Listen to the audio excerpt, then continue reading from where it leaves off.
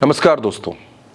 जो खबर मैं आपको बताने जा रहा हूं उसको आप किस तरह से देखेंगे, किस तरह से सुनेंगे, ये मैं नहीं जानता। लेकिन मैं ये जरूर जानता हूं कि ये खबर आपको सोचने पर मजबूर कर देगी, शर्मसार कर देगी। गुजरात के मोरबी में एक इलाका पड़ता है। उस इलाके का नाम मैं नहीं बताना चाहता आपको, क्योंकि किसी की निजता का मसला है।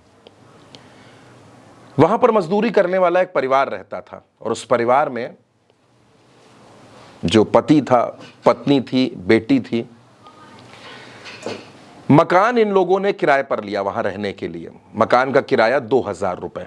लेकिन मजदूरी चल नहीं रही थी, काम चल नहीं रहा था, किराया बढ़ता जा रहा था। तकरीबन 3 से 4 महीनों का किराया बकाया था।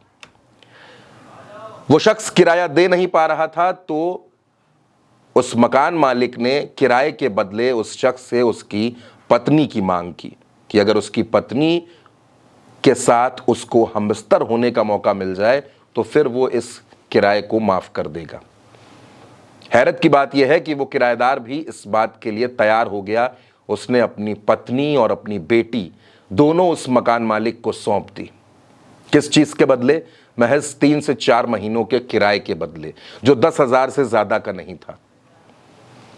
उस मकान मालिक ने उस महिला और उसकी बेटी दोनों के साथ गलत काम किया, जैसा आरोप सामने आ रहा है। और इसमें वो सिर्फ मकान मालिक नहीं, बल्कि उसका एक रिश्तेदार भी शामिल था। दोनों इस काम में शामिल थे। जब ये मामला खुला, उस पीड़ित महिला की जो मां थी, यानी आरोपी की सास, उसने इस मामले को जब पुलिस तक पहुंचाया, कार्रवाई शुरू हुई, तो उस आरोपी मकान मालिक की, उस महिला के पति की, दोनों की गिरफ्तारी हो गई।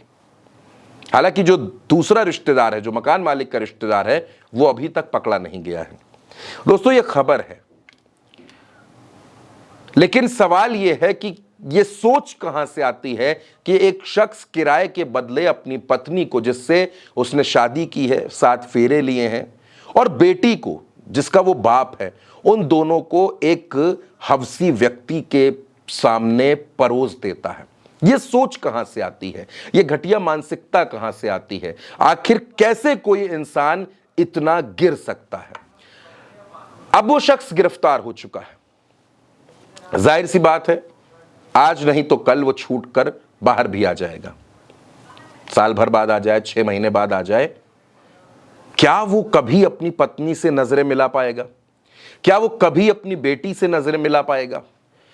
क्या उसको कभी अपने किए पर पछतावा होगा? ये सारे सवाल किनारे रख दीजिए। सोचिए ये कि आज के वक्त में ये सोच क्यों हावी हो रही है। आखिर क्यों रिश्तों की कोई अहमियत नहीं बची है? आखिर क्यों किसी के साथ कोई सुरक्षित नहीं है? एक पत्नी अपने पति के साथ सुरक्षित नहीं है, एक बेटी अपने पिता के साथ सुरक्षित नहीं है। मां और बेटी के साथ इतना बड़ा अत्याचार होता रहा, और यह सिर्फ एक दिन का मसला नहीं है, कई दिनों तक हुआ है। एक मजबूरी उनको खामोश रखे रही। लेकिन जब सब्र का बांध टूट जाता है, जब जुल्म और सितम की हर मर्यादा पार हो जाती है, तब फिर ये सारी चीजें होती हैं। एक शख्स, क्या वो किराया नहीं दे सकता था? वो चाहता तो किराया दे सकता था, अपने किसी रिश्तेदार से, किसी मित्र से, किसी दोस्त से उधार ले लेता, उन पैसों से वो किराया चुका देता, या थोड़ा सा वक्त मांग लेता। कैसे भी करके अगर कोई खुददार शख्स होगा तो वो इस किराए को चुकाएगा, इस पैसे को चुकाएगा। लेकिन उसके बदले में इतनी बड़ी चीज, उसके बदले में रिश्तों का ऐसा समझौता, उसके बदले में इतनी घटिया मानसिकता का काम, क्या बीत रही होगी उस बच्ची के दिल पर कि उसका पिता कैसा है, और क्या बीत रही होगी उस महिला के दिल पर कि उसके पति ने उसके साथ क्या किया, उसकी बेटी के साथ क्या किया। ठीक है, गिरफ्तारी हो गई है, आगे की कार्रवाई होती रहेगी।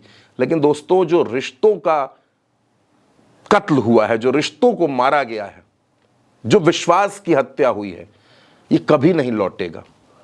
बहुत सी घटनाएं होती हैं देश में दोस्तों, हम आपको हर घटना बताते हैं। चाहे वो मेरठ की मुस्कान रही हो, चाहे वो सोनम रही हो, चाहे वो कोई भी घटना रही हो जहां रिश्तों की मर्यादाएं टूट जाती हैं, चाहे वो भोपाल की तुषा शर्मा हो। लेकिन यह घटना ऐसी है जिसने हर इंसान को झकझोर कर रख दिया है। हर वो इंसान जो थोड़ा बहुत समाज के बारे में सोचता है, रिश्तों की कद्र करता है, उसके लिए यह खबर परेशान करने वाली है, सोचने पर मजबूर करने वाली खबर है। आप इस पर क्या सोचते हैं? आप अपनी राय लिखिएगा कमेंट में। नमस्कार।